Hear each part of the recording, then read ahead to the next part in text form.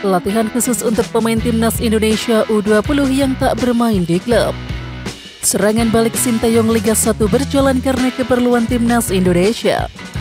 Sintayong perlu melirik Samuel Agung Marcelo, mesin gol timnas Indonesia U20. Janji Erick Thohir jika terpilih jadi ketua umum PSSI. Pelatih PSM Makassar kritik visi jangka panjang mereka hanya latihan dan lari-lari.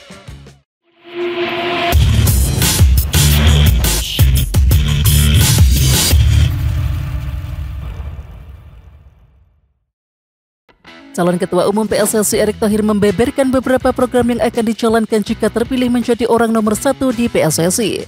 Berikut 5 janji Erick Thohir jika menjadi Ketua Umum PSSI. Yang pertama yaitu lanjutkan Liga 2 dan juga Liga 3. Erick Thohir berjanji akan kembali melanjutkan kompetisi Liga 2 dan juga Liga 3 yang sempat dihentikan oleh PSSI sesuai hasil rapat EXO 12 Januari 2023.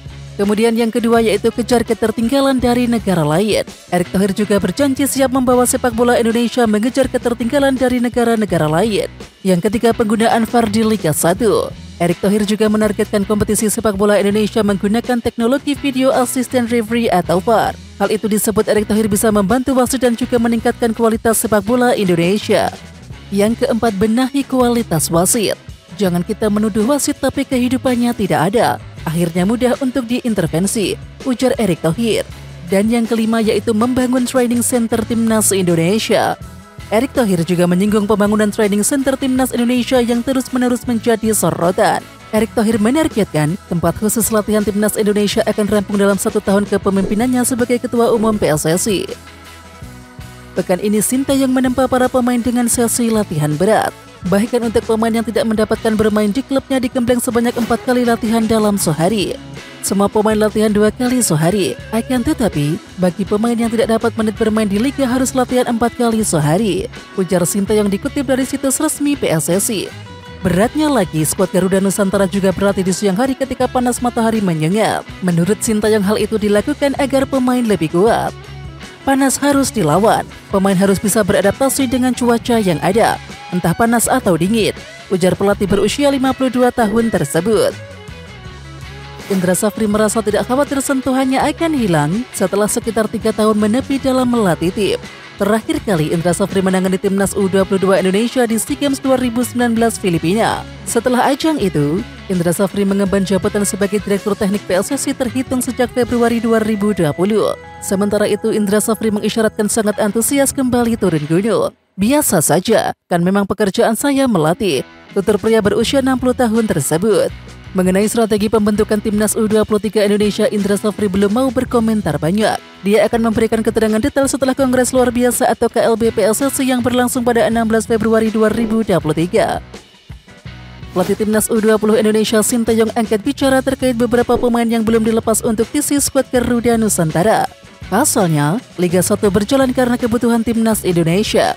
Dan seharusnya tim-tim peserta bisa melepas pemainnya karena ini demi kepentingan negara. Pelatih asal Korea Selatan itu mengaku juga dia sempat mendesak agar Liga berjalan karena berkaitan langsung dengan persiapan timnas Indonesia.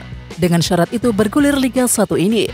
Dan itu saya juga sangat berusaha agar Liga bergulir dengan minta tolong ke polisi dan juga Pak Menpora, kata Sintayong kepada awak media.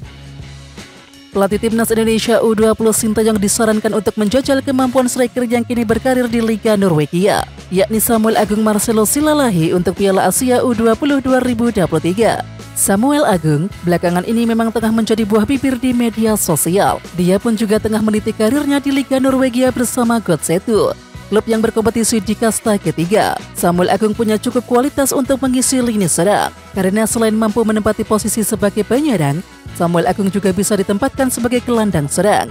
Artinya, ia punya kapasitas multiposisi alias bermain di sejumlah posisi. Di samping itu, Samuel Agung juga memiliki usia yang terhitung sangatlah muda, yakni 17 tahun. Samuel Agung masih memiliki banyak waktu untuk mengembangkan potensinya. Dia bisa menjadi striker andalan timnas Indonesia di masa depan. Arkan Kakak menjadi salah satu pemain timnas Indonesia U16 yang dipanggil pelatih Sintayong. Meski kini ada di level U20, Arkan Kakak mengaku tak kesulitan sama sekali. Arkan Kakak bisa mengikuti semua yang diajarkan oleh pelatih Sintayong. Meski diakuinya lebih berat ketimbang saat masih di timnas Indonesia U16 pimpinan Bima Sakti, tapi Arkan Kakak tidak mengeluh perihal tersebut. Ia tahu betul karena timnas Indonesia U20 disiapkan buat Piala Asia U20 2023 dan juga Piala Dunia U20 2023. Mungkin pertama porsi latihan lebih berat karena persiapannya cukup bagus untuk Piala Asia U20 dan Piala Dunia U20. Tetapi saya berusaha untuk cepat beradaptasi. Alhamdulillah, saya bisa latihan dan juga mengikuti arahan Coach Shin Tae-yong dengan baik dan juga benar, ungkap Arhan Kakak. Pelatih PSM Makassar Bernardo Tavares ikut memberikan kritik dalam pemanggilan pemain timnas U20 Indonesia. Seperti diketahui, dua pemain tim Juku Eja yakni Zaki Ashraf dan juga Sultan Zaki mendapatkan panggilan. PSM demi mendukung prestasi timnas tetap mengirim pemain-pemain tersebut meski akan mengurangi kekuatan tim. Namun ada beberapa tim yang masih bisa menahan pemain untuk dipanggil ke timnas U20 Indonesia. Di sini kami memberikan pemain kami ke timnas pada saat timnas melakukan pemanggilan. Namun tim lain tidak memberikan pemain-pemain mereka, ujar Tavares.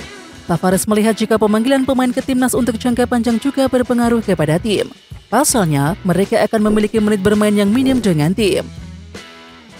Media Vietnam The Tau 247 turut prihatin dengan nasib Shin Tae-yong jelang Piala Asia U20 2023. Dalam artikel yang dituliskan, mereka menyebut kalau Shin Tae-yong mengalami kesulitan yang tak terduga pada persiapan Piala Asia U20 2023. Pelatih Indonesia U20 mengalami kesulitan tak terduga jelang final Asia U20, tulis artikel tersebut. Mereka menuliskan kalau kesulitan yang dialami Shin Tae-yong cukuplah rumit. Hal ini lantaran beberapa pemain yang dipanggil tak datang dalam pemusatan latihan atau TC. Direktur Teknik PSSI Indra Safri mengungkapkan target pelatih timnas Indonesia U20 yakni Shin Tae-yong di ajang Piala Dunia U20 2023 mendatang. Indra Safri mengatakan kalau Shin Tae-yong realistis dan juga hanya memasang target untuk lolos ke fase grup. Dia tidak memasang target di Piala Asia U20, tujuan utamanya di Piala Dunia U20, kata Indra Safri. Kami diskusi apa target Piala Dunia U20. Dia menjawab lolos fase grup, lanjut Indra Safri. Tampaknya hal tersebut dilihat dari kualitas skuad timnas Indonesia U20. Bahkan Indra Safri juga mengatakan kalau Presiden Jokowi hanya meminta Garuda Nusantara memberikan performa yang terbaik di Piala Dunia U20 2023. Keputusan memanggil Marcelino Ferdinand untuk melakukan TC jangka panjang bersama timnas Indonesia U20 tak kunjung menemui titik terang. PSSI bahkan turun tangan untuk memanggil pemain 18 tahun itu kembali ke Indonesia untuk mempersiapkan Piala Asia U20 2023. Tidak adanya kejelasan kapan mereka akan kembali, PSSI memanggil secara khusus Marcelino Ferdinand dengan mengirim surat ke KMSK Denze. Kami masih menunggu perkembangan baru dari klub Marcelino karena PSSI telah mengirim surat ke klubnya beberapa hari lalu, kata Nova Arianto. Oke Timnas Lovers, siapa kita? Kita Indonesia. Ayo kita dukung terus sepak bola tanah air Indonesia. Jangan lupa dukung terus Garuda Raya Channel dengan subscribe, like, dan komen karena saran dan kritik kalian sangat bermanfaat untuk perkembangan channel ini.